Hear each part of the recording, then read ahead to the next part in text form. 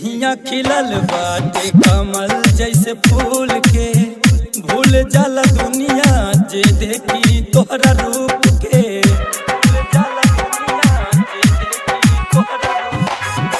देहिया खिलल बाटे कमल जैसे फूल के, भूल जाला दुनिया जे देखी तोहरा रूप के। मनवा बार बार कहे मोती हीरा पहले बार, जब से तोहरा से हमरा के प्यार भइल बा। ए जान हो कहिदा कि प्यार भइल बा, ए जान हो।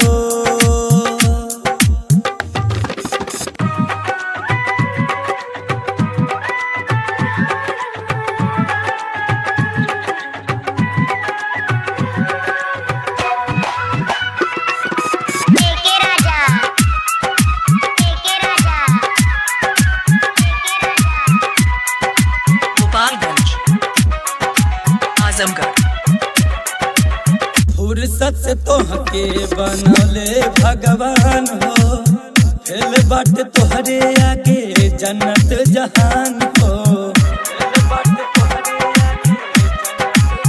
फुर्सत से तोहके बनौले भगवान हो, फेल बाटे तोहरे आगे जन्नत जहान हो।